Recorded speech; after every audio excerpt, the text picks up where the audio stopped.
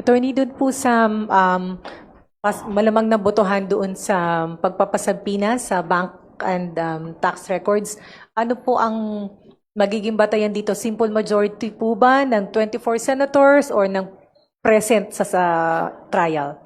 Tama ka dyan, Nympha, no? Pag mga ganyang mga ordinaryong mga botohan lamang, simple majority lamang ng quorum. So only those senator judges present will be able to vote.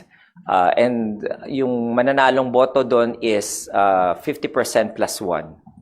Kung 21 po on Monday, 11 votes lang kailangan. Tama po. And in-expect na po kaya yan sa Monday?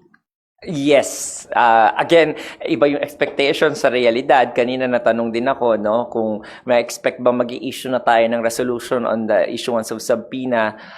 Sabi ko, yan ang expectation at pinaghandaan na rin ng presiding officer na magkaroon ng resolution today. Pero because of the agreement between the senator judges to have more time, and since this subpoena do sa STECUM naman for the AMLC, the banks, and the BIR, is relative to the sa Article 2 pa, which is the last article to be discussed by the prosecution or to be presented by the prosecution.